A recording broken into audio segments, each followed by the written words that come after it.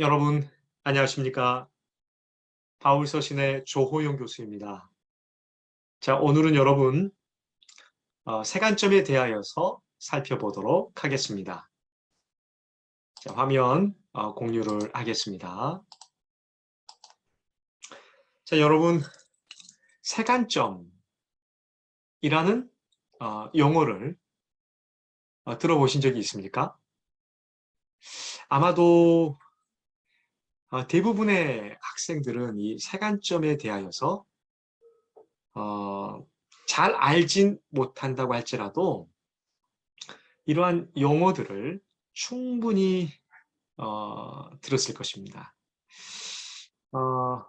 New perspective on Paul, 그러니까 세관점이라고 했었을 때, 이 표현을 가리킵니다.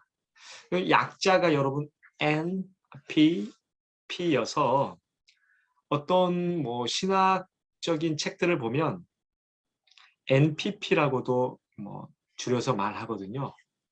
네. 자, 여러분, 요 세관점이라는 이 표현에서 이 새로운, new라는 의미가 있는 것을 보니, 그러면 옛 관점이라는 것이 있겠네요. 네, 맞습니다. 네. 사실은요, 이 세관점과 관련해서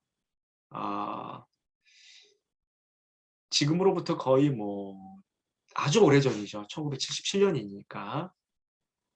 그 이후로부터 이제 세관점이 본격적으로 등장하기 시작을 했는데요. 지금 이것 때문에 막 싸우거나 그러지는 않아요. 네, 그러지는 않아요. 어, 실제적으로, 어, 관점이 좀 다른 거지, 우리랑. 이분들을 뭐, 이단시 하시거나 그러면 안 돼요. 이단시 하거나 뭐 이래버리면 그 문제가 좀 커져요. 절대 그렇지 않습니다. 성경을 보는 데 있어서 좀 더 넓은 영역을 어, 좀 보여주는 그런 차원으로 접근하시면 참 좋을 것 같고요. 실제적으로 이 세관점에 대하여서 짧은 시간 우리가 살펴볼 것인데 어떻게 태동이 되었고 어떻게 진행되어 왔는지 살펴볼 것인데 절대적으로 시간이 어, 주어진 시간 안에 다 다룰 수 없어요. 너무나 많은 이야기들이 이 안에 있기 때문에 그렇습니다. 그렇기 때문에 태동이라든지 어떻게 이게 나타나게 됐고 발전하게 되었는지 가장 베이직한 그러나 어, 그 기본적인 것이 가장 중요한 것이죠. 네, 그것들을 저희가 살펴볼 것입니다. 자, 그리고 지금도 역시 이제 이 새로운 관점, 새 관점에 관련된 어떤 입장에서 새 관점의 입장에서 글을 많이 저술하는 분들이 계세요. 네. 그러니까 그런 분들을 보면 이게 어떻게 진행이 되었었는가 과거에 예, 어떤 그런 논의들을 조금 알고 읽는 것이랑 모르고 읽는 것이랑 좀 다르죠. 제가 지금 1대원 수업을 하고 있거든요. STM에서도 제가 이제 수업을 하고 있고 그런데 그 1대원이나 뭐 이제 STM 과정에 이제 수업을 진행하다 보면 어, 가끔씩 엔티라이트에 대해서 이야기를 많이 합니다. 어, 엔티라이트 많이 들어보셨죠? 톰 라이트. 네, 니콜라스 토마스 라이트, 엔티라이트라고 하는데요. 이분의 글을 상당히 많이 여러분이 접했을 수 있어요. 그리고 일대원에서 아주 유능한 어떤 우리 목사님이 계시는데 엔트라이트 책을 많이 섭렵을 하셨더라고요. 그래서 어, 종종 이제 이 분의 이야기를 많이 좀 이렇게 하기도 하고 묻기도 하고 하는데요. 저는 어, 개인적으로 전통주의 학자입니다. 전통주의 학자. 그러니까 옛관점이라고 부른다면 뭐 오케이. 근데 전통주의 입장에 서 있는 학자입니다. 네. 그렇게 알고 계시면 될 것 같고요. 절대로 이단시 하지 말아라, 이 사람들을, 이분들을. 네, 우리는 좀 다르다고 해서 그렇게 하면 안 된다. 물론 정말 다른 부분이 있어요. 네, 그런 부분들에 대해서는 강하게 우리가 무엇이 다르고 성경적이지 않은지에 대하여서는 드러낼 필요는 있겠지만 이들도 예수를 믿는 사람들이에요. 그렇죠? 그러니까는 좀 이 부분에 대해서 조금 조심스럽게 여겼으면 좋겠다. 좀 그런 조언을 좀 해드리고요. 일단 제가 이 부분도 이제 보면서 해야 되는데 이 글을 먼저 조금 봐볼게요. 이것은 제가 좀 간략하게 그냥 정리를 해 놓은 글이거든요. 어떻게 태동되었는지 이 부분을 잠깐 살펴보도록 하겠습니다. 1977년 이전의 상황. 여러분 1977년 이 상황은 되게 중요해요, 여러분. 1977년 전후로 나뉘어질 정도입니다. 실제적으로 1977년 이후에는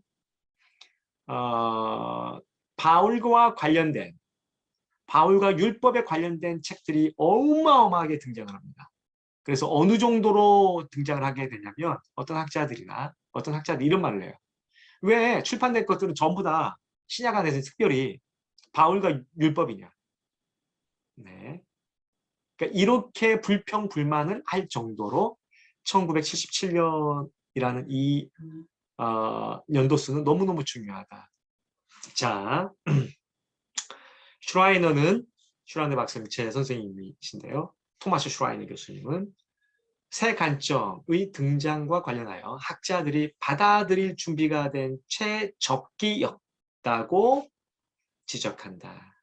무슨 말이냐면 1977년에 새 관점이라는 그러니까 이제 E.P. 샌더스가 등장을 하는데 샌더스가 주장하는 것에 대하여서 모든 학자들이 그러니까 많은 학자들이 이것을 충분히 받아들일 수밖에 없는 정황 가운데 있었다라는 것입니다.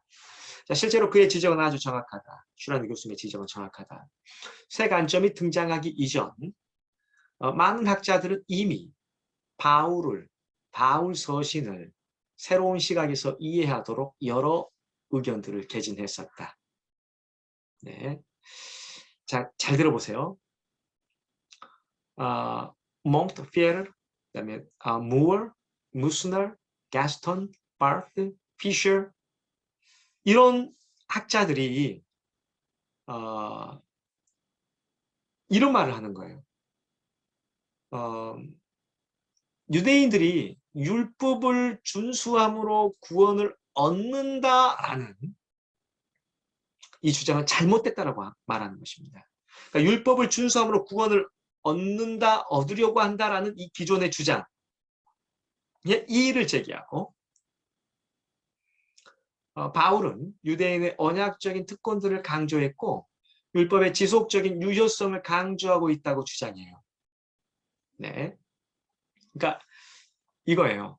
보통 우리 성경 읽으면 로마서, 갈라디아서 읽으면 유대인들은 율법을 행함으로 준수함으로 구원을 받으려고 했지 라고 이야기하고 우리가 그렇게 알고 있다고요.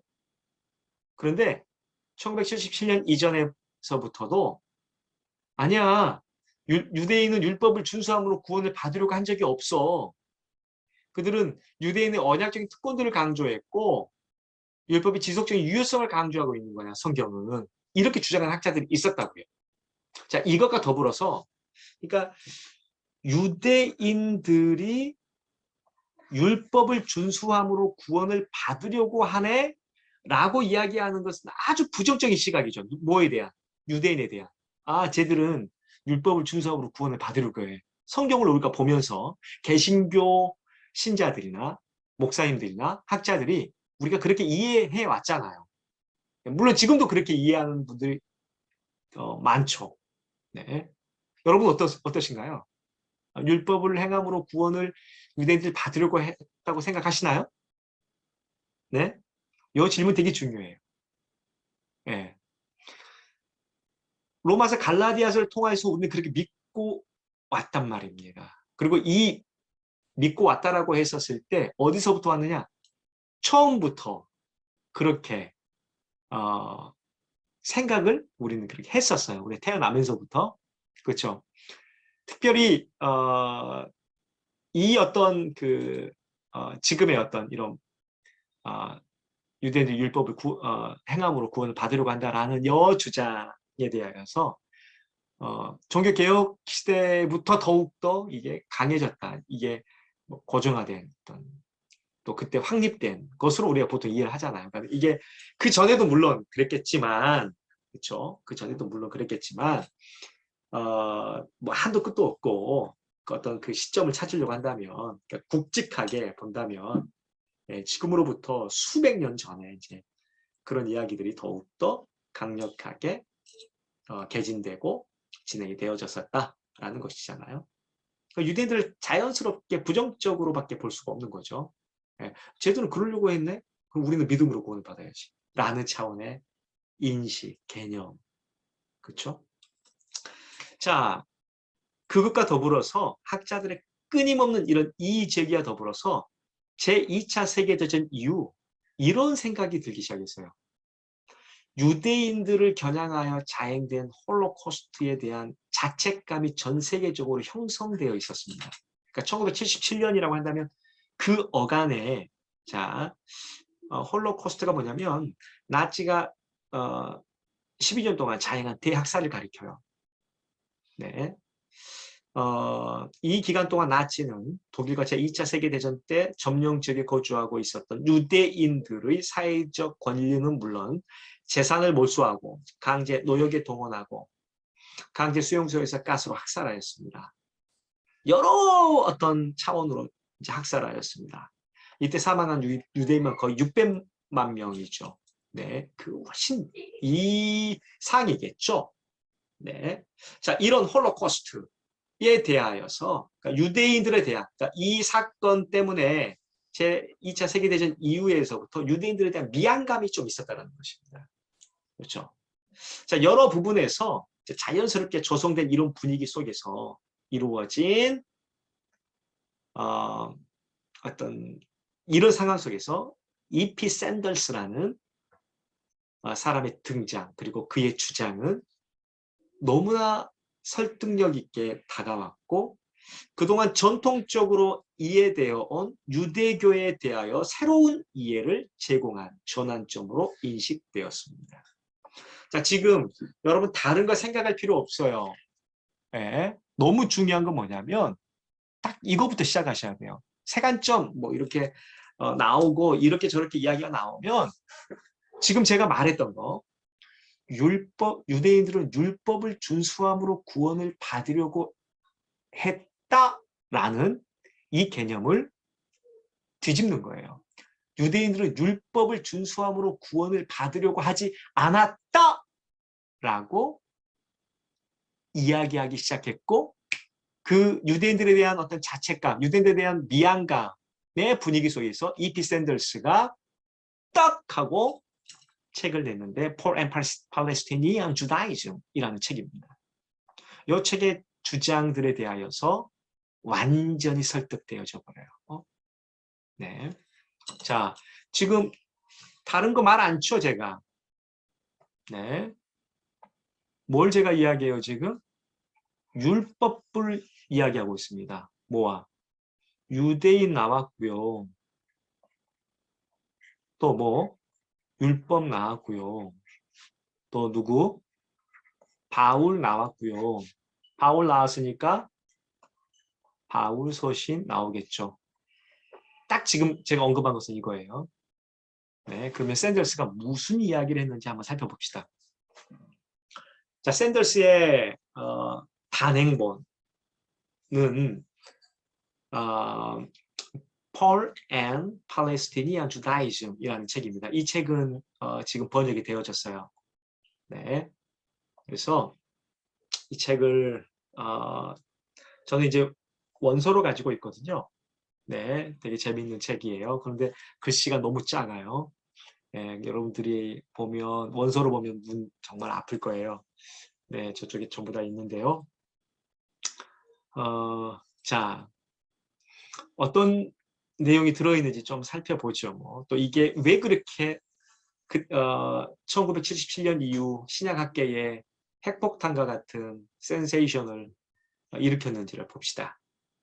그것과 더불어서 하나 더. 어떤 K대학원 대학교에 어떤 모 교수님이 계셨어요. 모 박사님이 계셨는데 그 교수님이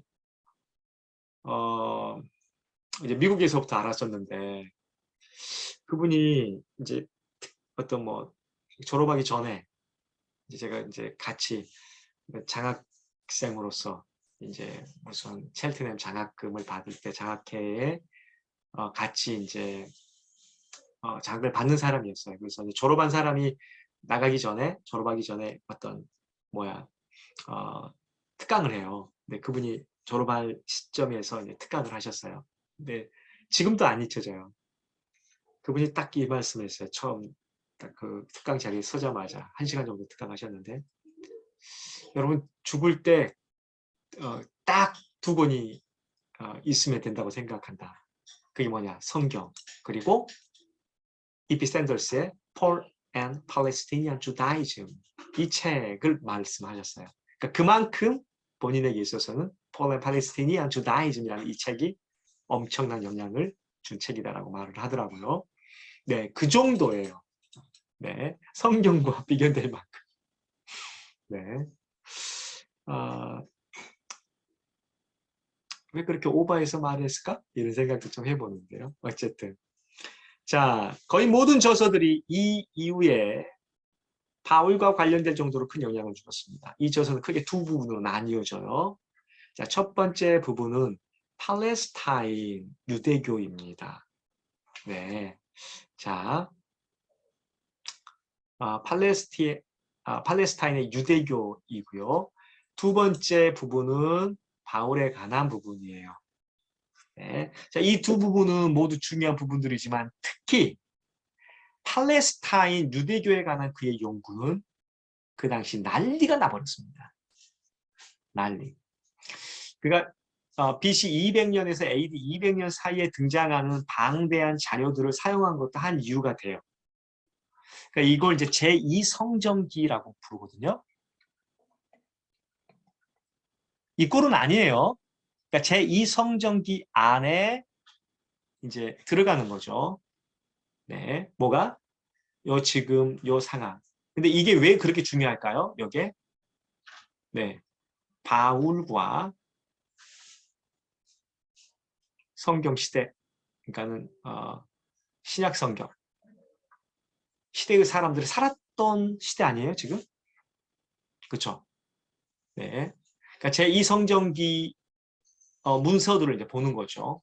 제2성경기에 속한 그 시기에 있었던 그 문서들을 보기 때문에 지금 이 사이에 문서들 사이에 등장하는 이 글들을 보게 되면 유대인들을 연구하게 될 것이고 유대인들의 모습을 보게 될 것이고 더욱더 중요한 것은 우리에게 유대인이었던 또 개종자였던 바울을 이해할 수 있기 때문에 너무나 중요한 거죠. 그렇지 않습니까? 네. 자, 이 자료들을 검토한 이후 발견한 그 당시에 유대교의 종교의 패턴이 있습니다. 네. 그러니까 지금 샌더스가 발견한 거예요. 이게 뭐냐면 언약적 신율주의라고도 합니다. 언약적 율법주의라고도 번역을 해 놓습니다. 네, 똑같아요. 똑같은 말이에요. 카버넌트 노미즘이라는. 자, 이게 뭐냐면 BC 200년에서부터 AD 200년 이 사이의 어간의 어떤 글들을 읽어보니 조사해보니 이피 샌더스가 뚝 하고 발견했어요. 뭘? 계속 반복적으로 계속 진행되는 반복적으로 나타나는 일종의 어떤 패턴이 있더라는 거예요. 네. 이 패턴을 자세히 연구해 보니까 이러한 패턴이 딱 하고 나타나더란 말입니다. 네. God has chosen Israel and given the law. The law implies both God's promise to maintain the election and the requirement to obey. Number 5, God rewards obedience and punishes transgression. And 6, the law provides a full means of atonement. And atonement results in maintenance or reestablishment of the covenant relationship. All those who are maintained in the covenant by obedience, atonement, and God's mercy belong to the group which will be saved. 여기까지. 네. 자, 샌더스의 이 조사의 이 결과로서 드러난 이 구조, 엄청난 파장을 일으켰습니다. 엄청난 영향력을 미쳤습니다. 자, 이건 이거예요. 1세기 유대인들의 인식의 패러다임을 보여주는 거잖아요. 왜? 그 BC 200년에서 AD 200년까지니까 1세기 유대인들도 속하는 거잖아요. 이 패러다임을 보여준다는 거예요. 네. 지금 샌더스에 의하면 이미 유대인들은 하나님의 전적인 은혜와 선택으로 부름을 받았다라는 것입니다. 자, 하나님께서는 선택된 그들에게 율법을 주었고 이 율법은 하나님의 선택을 유지하며 선택받은 자로서 순종해야 하는 요구였다라는 거예요. 자, 율법을 순종하면 상 주시고 어기면 벌을 주시지만 그럼에도 불구하고 벌을 저지르더라도, 그러니까 율법을 어기더라도, 네, 벌도 받지만 그럼에도 율법 안에 속죄할 수 있는 제사도 제공하기 때문에 언제나 하나님께서 불러주신 그 공동체 안에 머물 수 있었다는 것입니다. 이 체계 안에서 율법은 잘 들어보세요. 구원을 얻기 위한 수단이 아니고 언약의 공동체 안에 머물기 위한 수단이었던 거예요. 네. 자, 여기서 이제 전통적인 입장의 이야기, 주장이 확 바뀌어져 버리죠. 우리가 생각했을 때 유대인들은 율법을 지킴으로 구원을 받으려고 했었다는 건데, 로마서 갈라디아서를 보면 우리는 그렇게 생각하고 있는데, 샌더스는 처음부터 no. 자, 언약의 공동체 안에 유대인을 쏙 불렀네. 지금 구원의 공동체 안에 들어온 거, 안에 들어온 거, 율법을 지키려고 몸부림치다가 들어온 게 아니고 하나님이 은혜로 불러줘 버렸네. 그거예요. 예. 요거부터 달라지죠, 지금. 그리고 요 안에 머물러 있을 때 구원을 얻기 위해서 들어가고 한 게 아니고 여기 안에 머물기 위해서 이 언약의 공동체, 이 구원의 공동체 안에 머물기 위해서 율법을 지키는 거예요. 근데 율법을 지키다가 실패해. That's okay. 괜찮아. 왜? 율법 안에 있는 속죄, 수단이 있으니까. 네. 그 제사를 통해서, 속죄할 수 있는 제사를 통하여서 할 수 있으니까 얼마든지 오케이라는 거예요. 그렇죠? 자, 지금 이것만 지금 이해했을 때요. 완전히 다르죠. 완전히 달라요. 네. 뭐에 대해서 달라요? 율법에 대해서. 완전히 달라져 버려요. 자, 이제 이 구조와 관련해서, 이 구조라는 게 8개 관련해서 샌더스의 가장 핵심적인 주장은 1세기 유대교는 율법주의적인 종교가 아니었다라는 것입니다. 여러분 이제 어떤 신학적인 책에서도 legalistic이라는 표현이라든지 율법주의적인이라는 표현을 보면 이 표현은 언제나 이거예요. 율법을 행함으로 구원을 받으려고 한다. 율법을 행함으로 구원을 받으려고 하는 것 시도를 율법주의적이라고 말합니다. 율법주의라고 말합니다. 아시겠죠? 네. 자, 1세기 유대교는 샌더스에 의하면 율법주의적인 종교가 아니었다라는 것입니다. 다시 말해서 유대인들은 하나님의 백성이 되기 위해서가 아니라 이미 은혜로 하나님의 언약 백성이 된 것에 대한 감사의 표현으로서 율법을 준수했다라는 것입니다. 네. 자, 이 주장은 유대교는 율법주의 종교이며 유대인들은 율법을 지킴으로 구원을 받는다고 이해했던 전통적인 이해와 정면 대치되는 것이죠. 네.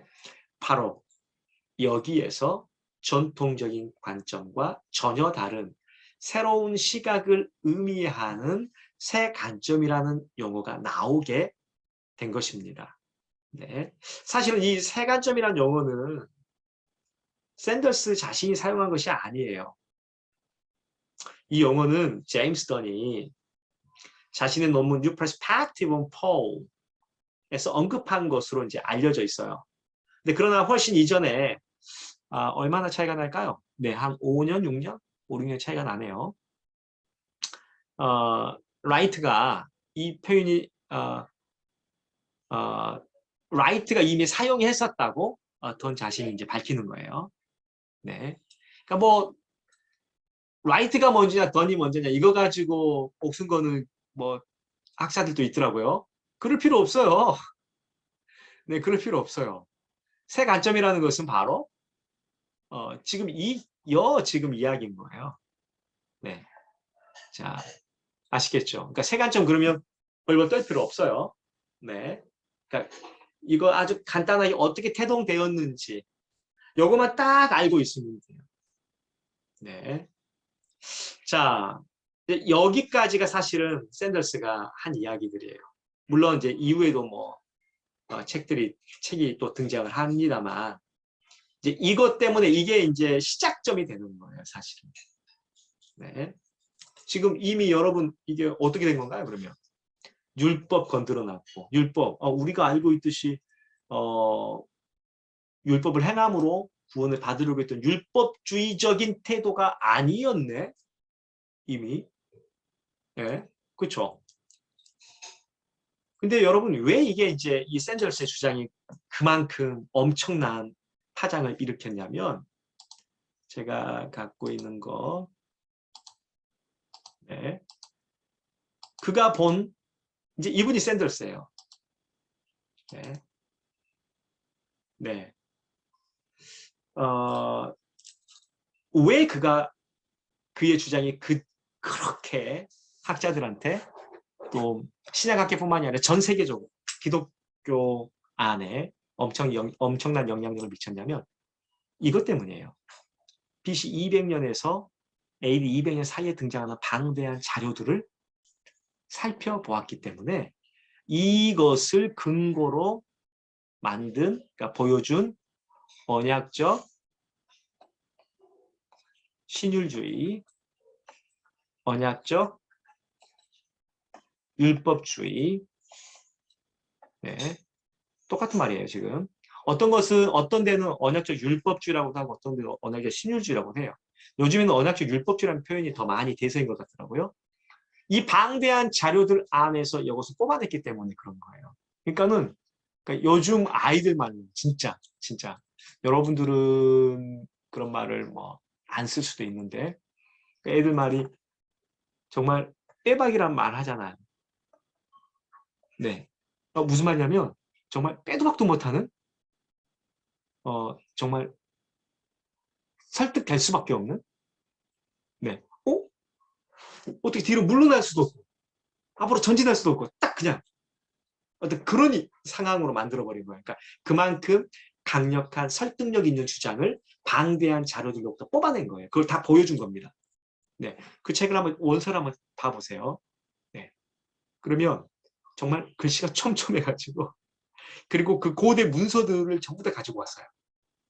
네, 이해를. 그렇기 때문에 어떻게 거부할 수 없는 입장이 된 거죠. 엄청났습니다. 이분의 어떤 상황이. 이 책입니다, 이 책. 네. 이 책입니다.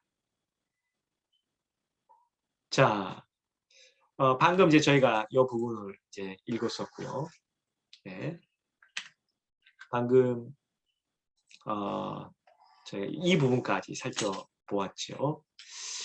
자, 지금은 이제 고2이 되셨죠. 고2이 되셨는데 어마어마한 파장을 일으킨 그의 공헌을 살펴볼 수 있습니다. 네. 그럼 뭐가 문제가 돼요, 여러분? 상식적으로. 네. 자, 한번 더 진행하기 전에 여러분들한테 물어볼게요. 여기에서. 영어에 익숙하지 않으실 수도 있으니까 자, 이 부분 보세요. 익숙하신 분들은 이 부분을 보고 뭐가 문제예요? 네. 뭐가 문제일까요?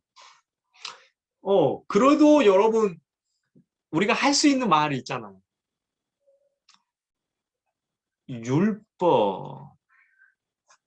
율법이 그래도 구원에 중요한 요소로 작용하고 있긴 하죠. 네. 근데 이렇게 말하면 어떤 걸 인정해야 되냐면 getting in이 아니고 staying in이구나. 이걸 이제 샌더스가 이야기해 놓은 것을 인정할 수밖에 없어요. 인정할 수밖에 없습니다. 네. 만약에 이런 식으로 비판을 하게 되면 네. 어떻게 생각하세요? 제가 조금 이따가 이제 비판을 한번 할 거예요. 이 부분에 대해서. 자, 근데 이제 비판하기 전에 여기까지 1977년 이후에 정말 큰 핵폭탄을 던져놓은 거죠. 신약학계에, 기독교계에. 이걸 딱 던져놓고 뭐가 가장 힘들까요, 여러분? 만약에 샌더스의 주장을 받아들인다면 어머, 우리가 우리의 생명으로 우리의 삶의 기준으로 여기고 있는 성경에 등장하는 바울의 부정적인 이 율법에 대한 진술을 어떻게 이해해야 되는 건가?